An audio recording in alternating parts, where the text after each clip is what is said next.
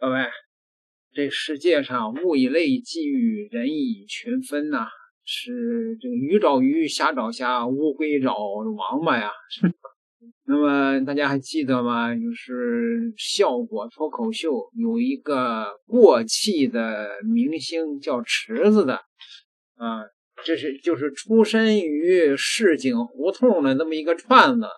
在这个舞台上呢，靠着下三路的黄色笑话，在中国呢积累了一批的粉丝。后来由于他说的太过于下流啊，基本上那个脱口秀的舞台是上不了了。那上不了脱口秀舞台怎么办呢？哎，这位池子呢，现在在海外巡演当反贼了，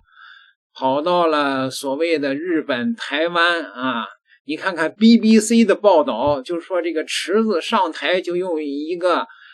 调侃讽刺中国最高领导人的梗啊，就引爆了全场。台湾的观众说：“哎呦，太精彩了，太敢说了。”换言之啊，就是这个货在中国混不下去了，在海外这是当了反贼了。那最新的消息传来啊，果然不是什么好鸟这物理意义上的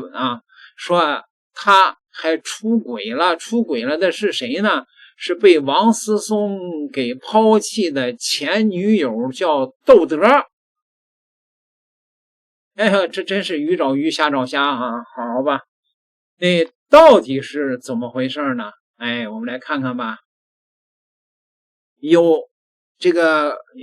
也不叫狗仔吧，因为他也算不上一个明星啊，只不过有这个知情人吃瓜。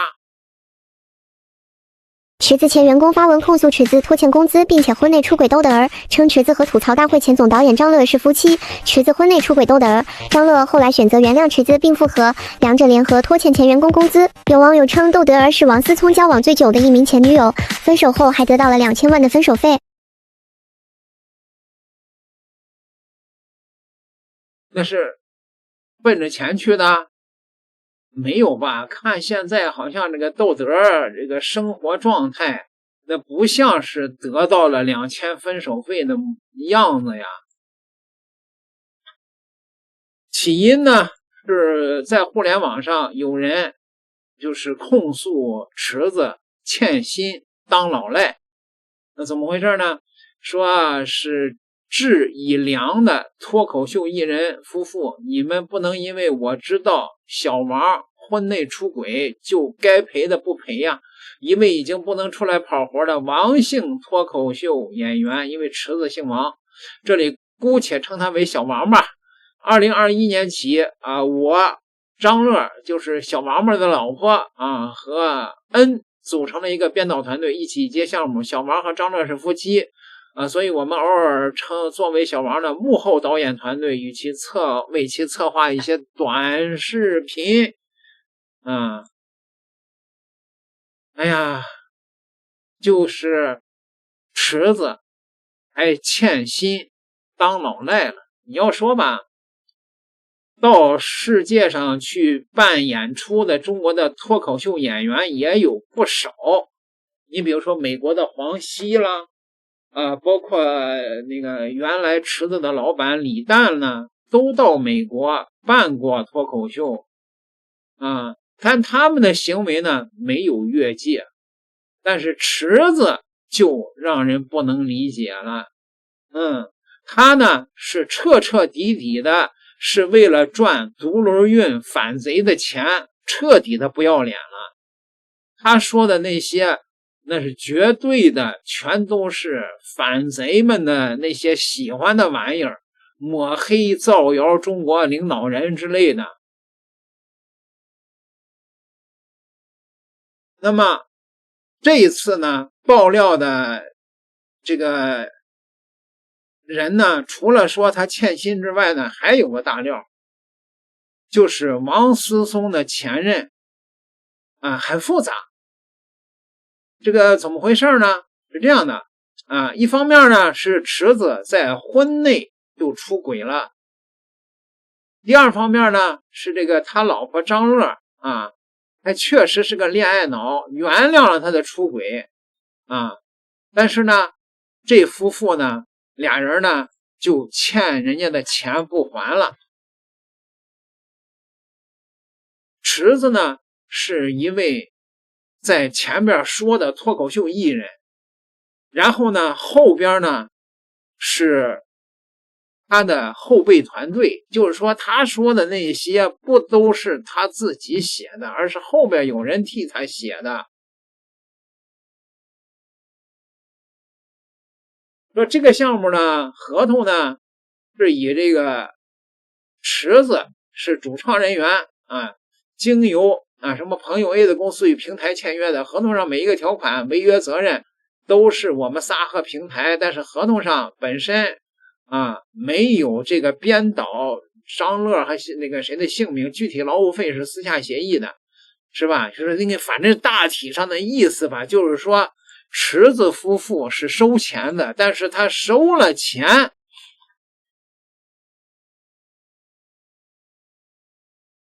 就没给人家发薪。具体的责任是什么呢？具体的责任就是池子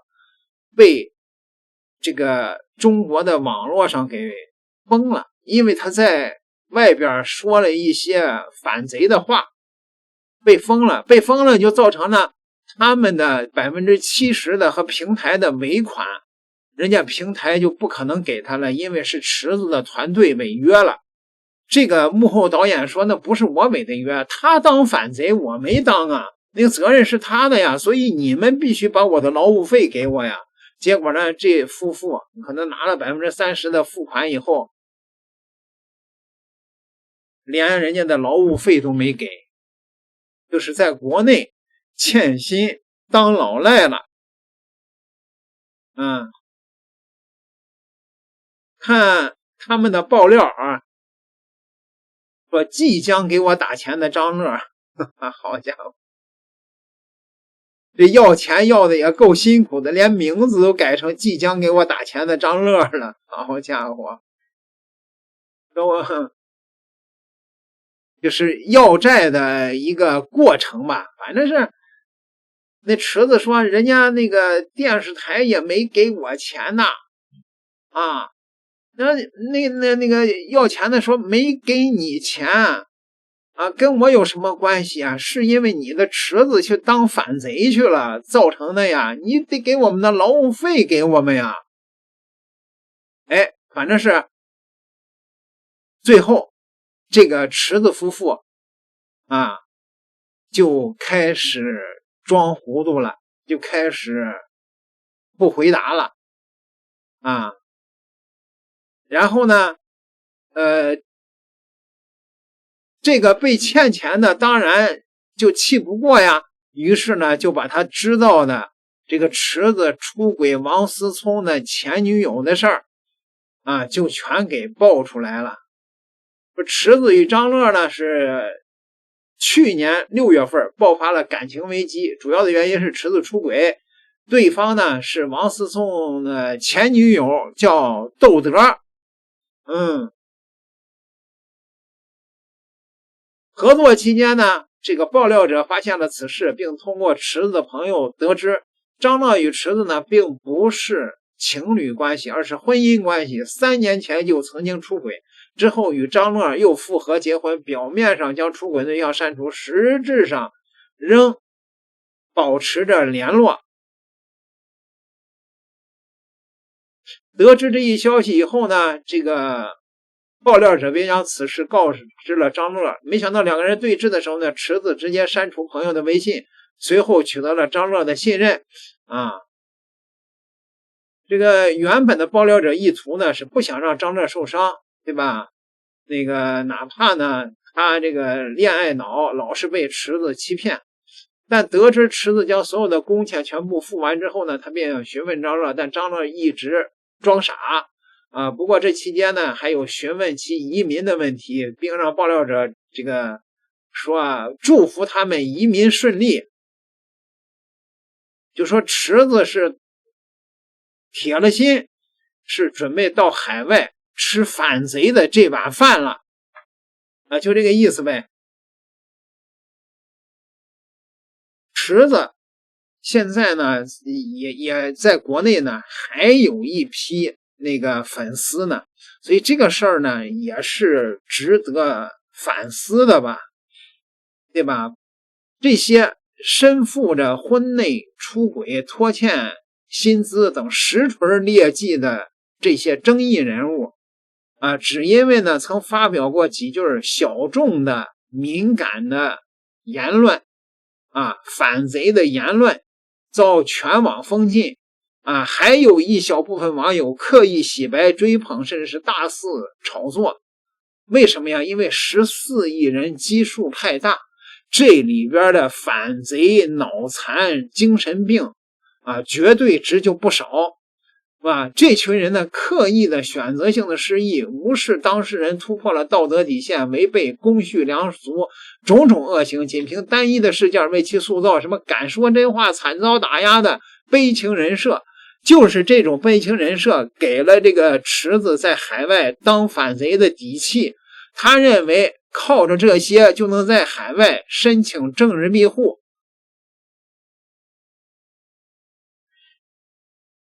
这种片面的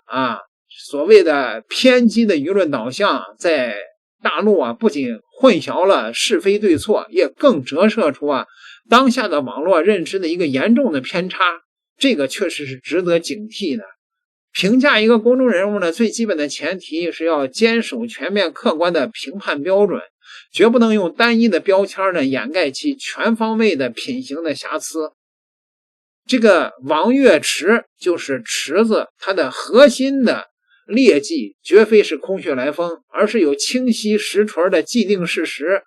不然的话大陆也不会全面的封杀它，对吧？私人生活层面，婚内出轨的丑闻早已被公开曝光，在婚姻存续期间突破道德底线，背弃家庭责任与婚恋的忠诚准则，彻底颠覆了公众人物应有的道德操守。职场与社会责任层面长期存在欠薪问题，拖欠工作人员合作者的劳动报酬，漠视普通人的劳动成果与合法权益，让一众从业者付出的时间与心血付诸东流，无论是私德败坏还是公德的丧失，这些呢都没办法洗白的，不可原谅的硬伤都是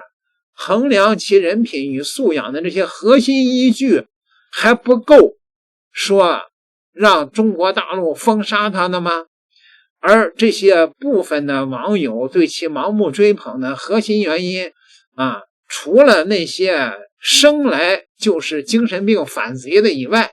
有些人是陷入了极端的认知误区，刻意割裂了人物的多元属性。在他们的视角里边，该人物曾经针对防疫政策发表的吐槽言论，以及因此被全网封禁的结局，成了评判其个人的唯一标准。他们自动过滤了所有的劣迹失德，将其塑造成敢于发声、被舆论针对的受害者形象，甚至将个人的品行问题轻描淡写的为私人小事。这种评判的逻辑比较荒谬说公众的言论表达从不是突破道德底线的免罪金牌，敢于发表争议言论不代表其私德无亏、品行端正，更不能抵消其侵害他人利益、违背公序良俗的既定的过错。更深层来看呢，